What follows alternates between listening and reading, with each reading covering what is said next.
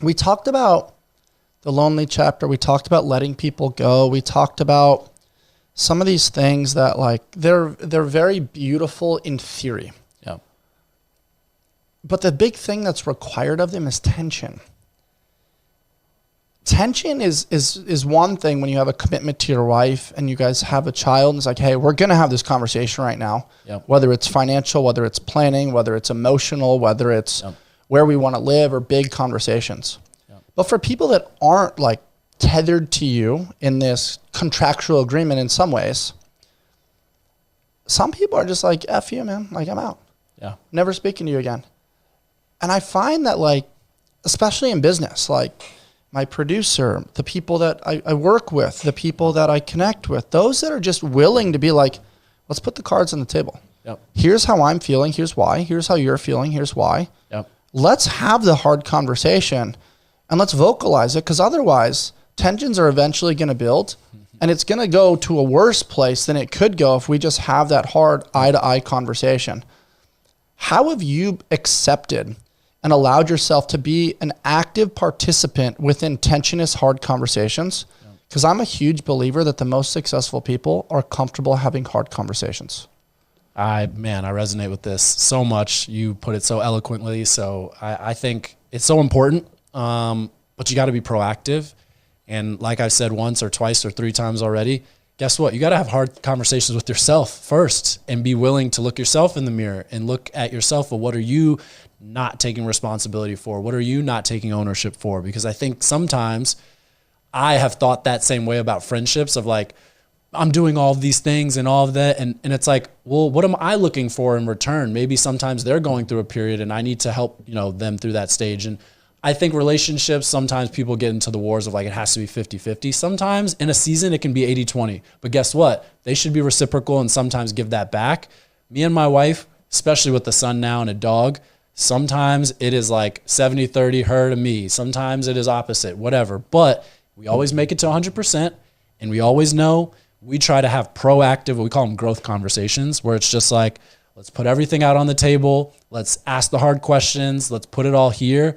So that, like you said, it's not bubbling up and bubbling over, and it's not underneath all of our interactions throughout the month or throughout the week where you're thinking about that thing. Good news is we've been with each other for over 13 years. We know when something's on each other's. It's like, and you can see it, you can feel it. And so these growth conversations are great because, again, it's not personal attacks. This is, okay, this is how I feel.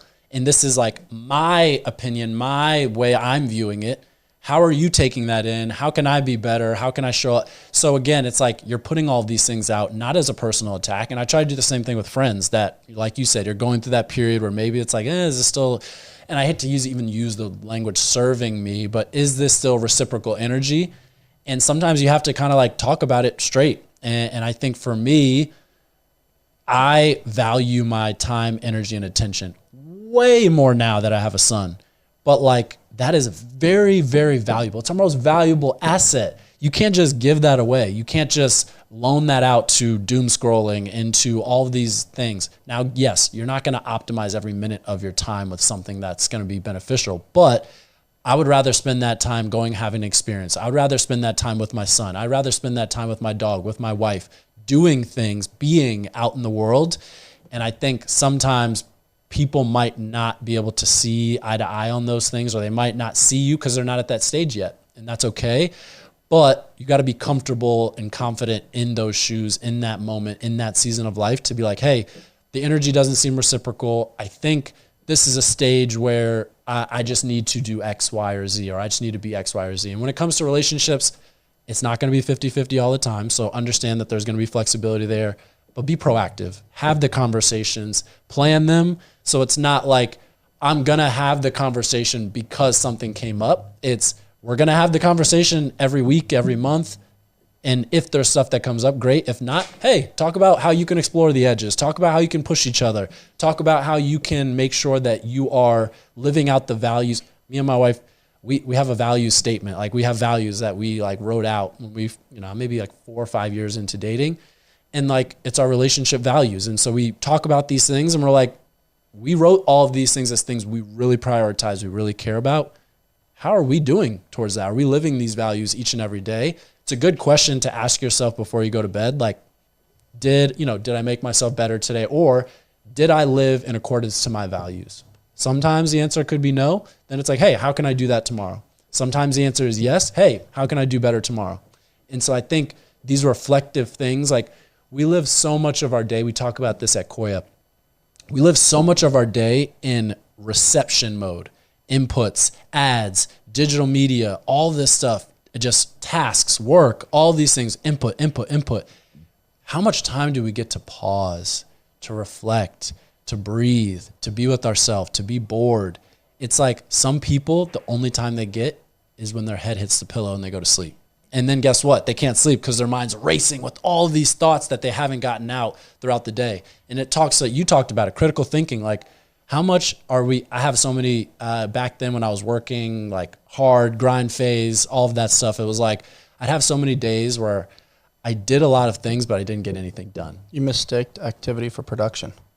100%. And what I'm curious about, based on the things that you're saying, is we're so hard on ourselves, but we're harder on others. Judgment culture is huge, right? Like if you make the active decision to spend time with your son, with your wife, with your dog, and you decide to post that to a story, now people are like, oh, he said he wasn't available, but clearly, he was doing this instead of that.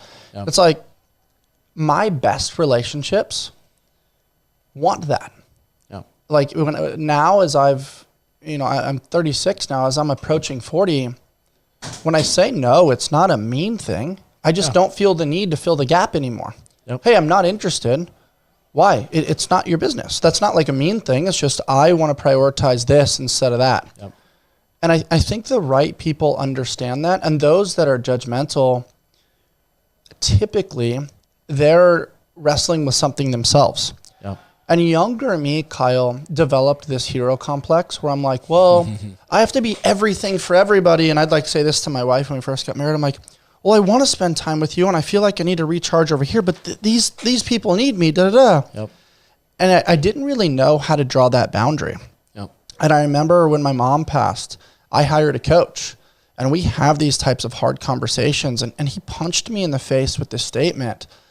And not that I was trying to be God, but I wanted to try to live radical like Jesus. I read that book, and I was like, whoa, like that's super cool. I want to be a man of service. And in times of being lost, I felt that, well, if I help other people succeed, I'll always be okay. Yep. And I feel like that was almost the rope that helped me climb out of my version of rock bottom. So I was like, well, if that worked, why not keep doing it? And then you realize, well, you can't foster a family and a relationship and a business with that ideology, because then you're never really present because you're trying to save people all the time. Yep. And so he punched me in the face with that statement. He said, you are not God. Yep. And I didn't even realize that because I wasn't thinking of it that way. That wasn't the intention. Yep. But that was my action. And so to fast forward a little bit, now when I'm looking at relationships, Kyle, yep, I don't always listen to people's words and their intention. Yep. I watch how they interact with everything, and it makes things a little bit more black and white. Oh, you say this, but now over the course of 5 to 6 months, this has been your behavior. Okay, like I don't believe you. And I'm not going to say that. I'm not just going to be mean, but I am going to be a little bit distanced of like, hey, you're saying that because it's a manipulation strategy to get something that you desire. Yep. And I don't even know that it's conscious. But for you, in your observation of relationships, now looking at intention versus action, it makes it pretty easy to make the decision as to where you want to spend your time. Yeah. Very well said. I have nothing to add to that other than, we are what we repeatedly do. And I think watching people's actions, watching how they show up, if someone says like, oh, like Kyle, I want to support you. I'm writing books, and a lot of people want to support that. And that's great and awesome. Like the best way to actually support it is to open up, read a few pages. If it resonates with you, pass it on to someone. I don't need you to just buy the book and have it sit on the shelf and never touch it again. Like that actually is not that helpful to me. But I think, again, supporting me, again, there's ways you can show that. There's ways you can take action towards that. But I think people want to show that they're supporting me, not actually sometimes support me. And that hits the nail on the head. So here's my next question. This is a big one. Uh-oh. The biggest supporters we have, since like looking at the actions within a self-assessment and with looking at the numerical values since starting our company, are from strangers. People that subscribe to the podcast, people that follow our channels, people that purchase our apparel, people that come in to train. It's funny that friends and family are usually like, hey, just hook me up, dog. Hey, let me just come in for a session. It's all fun. But like when I go to my friends' places and they like try to give me a discount, I'm like, I'm not interested. I want to pay full price. Or like, you know, I have friends that own barbershops. I'm like, no, like I try to go during the holidays and I try to give like a good tip. So I'm like, hey, this is going to go to your family. I almost want to ask for discounts from strangers, but then overpay for my friends. Why is that backwards in the business world, man? Yeah, if I had a good answer, I would tell you, but man, it is so true. And I think that, people think since they're associated with you, like they, I don't know, maybe we're part of the climb or part of it all. And so it's like, oh, I get to share in that success, which I think that's great. My wife, my son, my mom, all those people, like 100%. And they've supported me in getting to that. And I have it in the acknowledgments of like, this book doesn't happen if I don't have a wife that's supporting, if that lets me write, if I don't have a son that wakes me up every morning that I want to get to the pages and write because I know this is leaving a legacy that he'll then touch. My mom, who's been supportive since day one of all my wildest dreams, no matter how off the rails they go. And I'm like, those people you need. But you then have it's like the real friends, deal friends. You have the people that are kind of like, I just want to take a piece of that success and like use it or, exploit it or use it for myself. But I think when you have a business or a newsletter or a podcast or anything, and you see those people that know nothing about you, they just support the work that you're doing, it lights a flame and fire that you can't kind of extinguish. Because for me, it's like if one person reads Move, Thrive, and Come Alive and Change, boom, done. I won. That's it. I didn't do it for money. Like my first book, I spent thousands of dollars to publish that book.